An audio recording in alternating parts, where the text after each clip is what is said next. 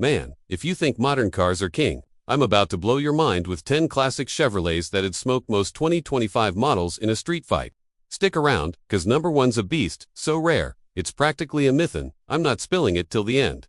Buckle up, let's roll. Welcome to Gearhead Garage, where we live for the roar of a V8, the smell of burnt rubber, and the stories behind the cars that made America. I'm just a guy who's spent too many nights under a hood, and today, we're diving into Chevy's golden era when steel was king and horsepower was a religion. These aren't just cars, they're legends that still make today's tech-heavy rides look soft. Let's hit the gas. First up, the 1969 Camaro ZL1. This thing was a drag strip demon, born from Chevy's secret Copo program. Picture this, an all-aluminum 427 big block V8, officially rated at 430 horses, but pumping out closer to 500. Only 69 were made. Each one a middle finger to the suits, who wanted tame family cars. Compared to the 2025 Camaro EV's 300 to 1000 horsepower range, the ZL1's raw, unfiltered power feels alive. Not like some computer-controlled appliance. You'd be lucky to find one today for less than $1 million, but man, it's worth every penny. Now, let's talk about the 1970 Chevelle SS454. This was Chevy's muscle car peak, a street brawler with a 7.4-liter V8 churning out 450 horsepower and 500 pounds-ft of torque. It could rip through the quarter-mile in under 14 seconds. No traction control needed. Stack it against the 2025 Silverado 1500's V8. The modern truck's got tech, sure, but it's lugging to tons of luxury. The Chevelle's lean, mean, and ready to embarrass anything with a touchscreen.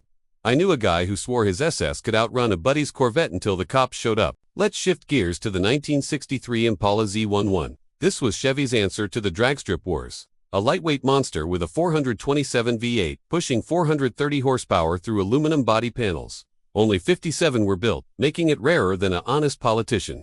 The 2025 Malibu's got a turbo 4-cylinder, maybe 250 horsepower if you squint, but it's a commuter car. The Z11 it was built to dominate, not to sip gas. My uncle had one in '64, said it felt like driving a rocket with a steering wheel.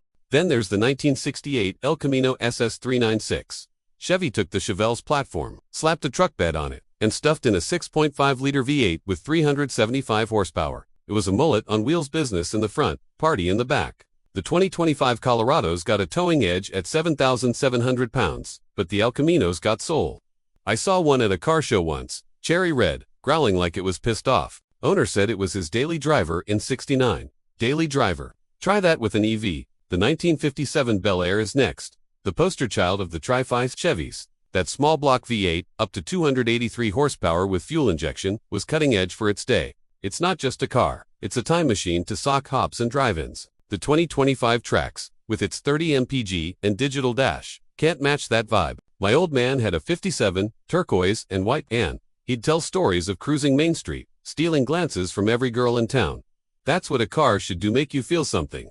Now, the 1969 Corvette ZL1. Yeah, another ZL1, but this one's a vet. Same 427 V8 as the Camaro, but in a fiberglass body that screamed sex appeal. Only 3 were made, and one sold for over $3 million last year. The 2025 Corvette ZR1's got 1,000 horsepower, sure, but it's all tech and turbos. The '69 ZL1 was raw, like driving a thunderstorm. A buddy of mine saw one at a Barrett-Jackson auction, said the crowd partied like it was holy.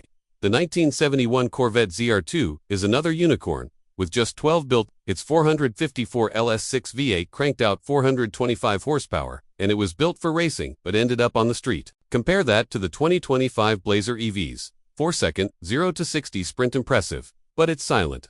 The ZR2 roared like a lion with a grudge. I met a guy who tracked his in the '70s. Said it cornered like it was on rails, but you had to respect it or it'd bite. Let's not forget the 1969 Nova SS396. The Nova was Chevy's budget muscle car, but with a 6.5-liter V8, it was a sleeper that could hang with the big dogs. About 375 horsepower, and it weighed less than your mom's SUV. The 2025 Equinox EVs got range, but the Nova had heart. My neighbor had one in high school, said he'd smoke Mustangs at stoplights and still get to class on time. The 1973 Monte Carlo SS454 was a luxury cruiser with a dark side. Its 7.4-liter V8 pumped out 360 horsepower, and it was a NASCAR favorite thanks to its long wheelbase. The 2025 Tahoe's got more room, but the Monte Carlo had swagger. I saw one at a cruise night, black with chrome that gleamed like a mirror. Owner said it was his dad's, passed down like a family heirloom. Number 10's the 1961 Impala SS 409. This full-size beast had a 409 cubic inch V8, 360 horsepower, and a soundtrack that inspired the Beach Boys. It was a boat, sure, but it moved like a shark. The 2025 Suburban's got towing muscle, but the 409's raw power feels like it could tow your soul. My cousin had one in the 80s, said it drank gas like a frat boy at a kegger, but he loved every minute. And now, the one you've been waiting for, the 1969 Corvette ZL1 convertible. Only one exists. A Monaco orange dream, ordered by a guy named John Marr through Chevy dealer Don Yanko. Its 427 V8 was a street-legal race engine, and it sold for over $3 million recently. The 2025 Corvette E-Race hybrid tech is cool, but this ZL1 was a one-of-one masterpiece. Imagine dropping the top, hearing that V8 scream, and knowing you're driving a legend no modern car can touch. These Chevys aren't just metal and rubber. They're stories, dreams, and a middle finger to boring. The 2025 models.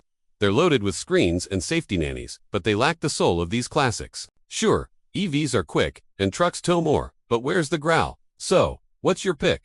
Got a classic Chevy you'd bet could outshine the new stuff? Drop it in the comments, and let's keep the fire alive. Hit that bell, share this with your car buddies, and let's keep cruising through history. But here's the real question. In a world obsessed with efficiency, are we losing the heart of what makes a car a car? Think about it. I'll see you on the road.